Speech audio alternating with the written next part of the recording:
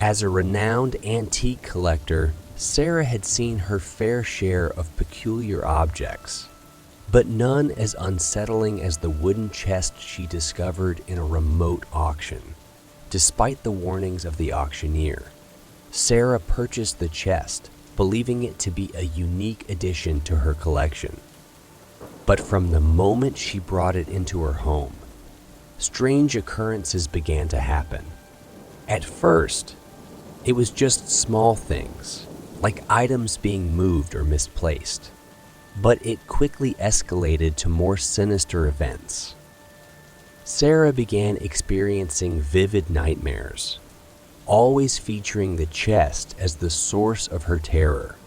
One night, Sarah woke up to find the chest open and its contents strewn across her bedroom floor.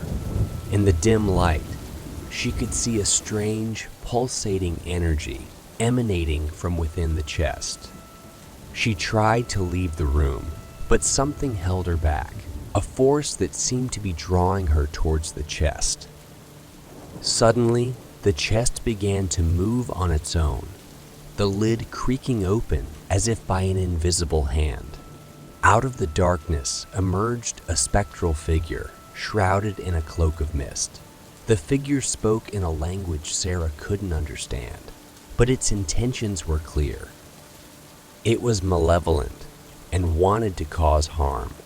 The figure lunged at Sarah, its ghostly fingers grasping for her throat. She tried to fight back, but it was no use. The object had possessed her, and she was powerless against its will. Days passed, and Sarah's loved ones began to worry about her.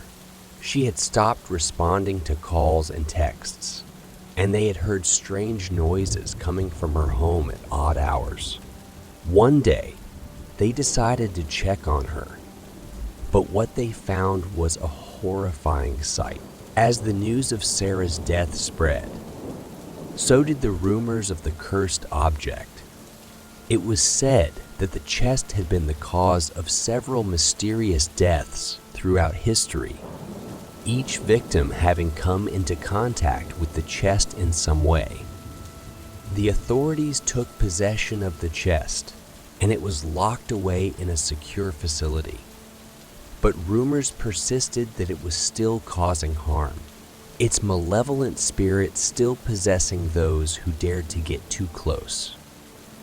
Years passed, and the chest remained locked away, its dark energy contained.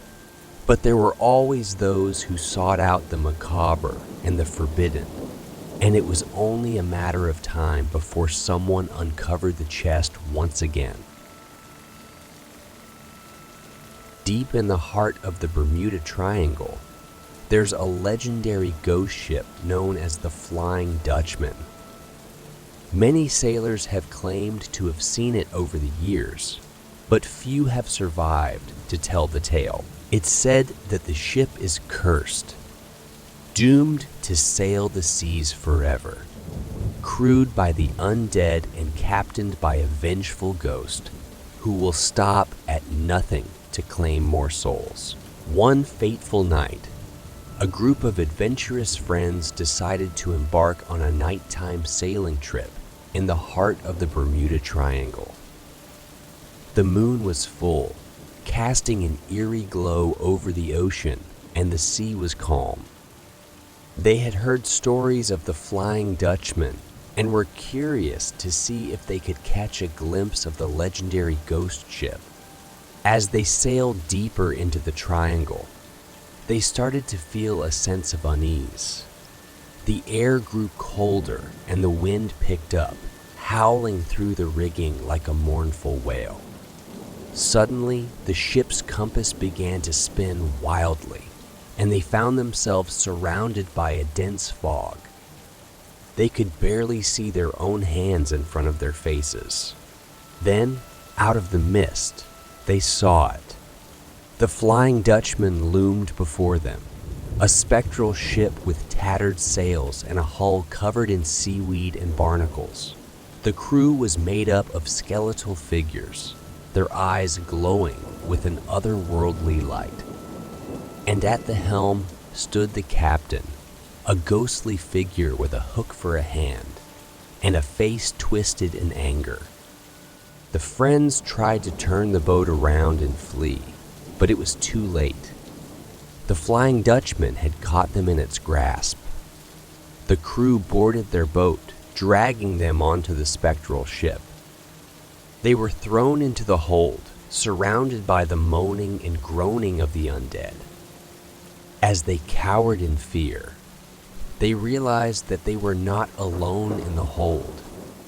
There were others there with them, prisoners of the Flying Dutchman for years, decades, even centuries. The friends tried to make a plan to escape, but they knew it was hopeless. They were trapped in the grip of a curse that had lasted for centuries. Days turned into weeks, and the friends slowly began to lose their minds. They were tormented by the undead crew, who seemed to take pleasure in their suffering. They could hear the captain's cackling laughter echoing through the ship, and they knew that he was the one behind their torment. But then something unexpected happened. A massive storm rocked the ship, tearing the sails and causing the undead crew to lose control. As the ship was tossed and turned by the waves, the friends saw their chance. They fought their way to the deck, battling the skeletal crew with all their might. In the chaos, they managed to break the curse that had held the Flying Dutchman captive for so long. The ship began to disintegrate around them, and the crew faded away into nothingness. The friends were left alone on the ocean, the only evidence of the ship's existence being a few pieces of rotting wood floating on the waves. They never spoke of their harrowing experience again, but they knew that they had witnessed something truly terrifying. And they knew that the legend of the Flying Dutchman would continue to haunt sailors for centuries to come. The abandoned city of Lysandria had been empty for over a decade. The streets were lined with crumbling buildings. Weeds grew through the cracks in the pavement, and the only sounds that could be heard were the rustling of leaves and the occasional creak of a rusted metal sign swaying in the wind.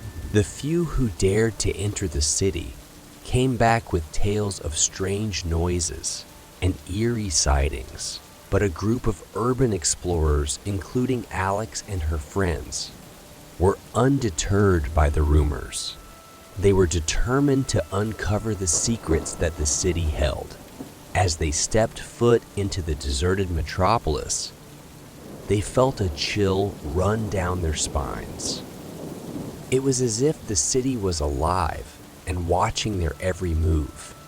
They wandered through the empty streets, their flashlights illuminating their way. The buildings loomed above them, casting shadows that seemed to dance in the darkness. Suddenly, Alex heard a noise. It was faint at first, but then it grew louder and louder until it was deafening. It was the sound of footsteps, and it was coming from all around them. The group huddled together, fear etched on their faces as the footsteps grew closer and closer. Then, out of the shadows, emerged a group of people, their faces twisted in pain and anguish. They were the survivors of a fire that had consumed the city, their bodies horribly scarred.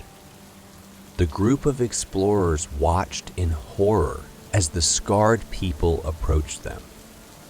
They were afraid and didn't know what to do. But then, Alex remembered something she had read about the city. There was a hospital that had been abandoned along with the rest of the city, and it was rumored to have housed experimental treatments for burn victims. With no other options, the group rushed to the hospital, hoping to find something to help the scarred people. They searched the dilapidated building, their flashlights darting back and forth in the dark. Finally, they found the room they were looking for. Inside, they found a strange machine that looked like it had been built from various medical equipment. They didn't know how it worked, but they knew they had to try. With the scarred people at their heels, they quickly plugged in the machine and activated it. At first, nothing happened. But then they heard a low humming sound. The machine began to glow, and suddenly the scarred people started to transform. Their scars began to fade, and their bodies returned to their original form. The group of explorers watched in amazement as the people they had thought were ghosts were now alive and well. With the help of the machine, the group was able to heal the people of Lysandria and put an end to the curse that had plagued the city. As they left the city, they knew that they had uncovered something truly amazing. And while they would never forget the fear they had experienced, they also knew that they had brought hope and healing to the once abandoned city.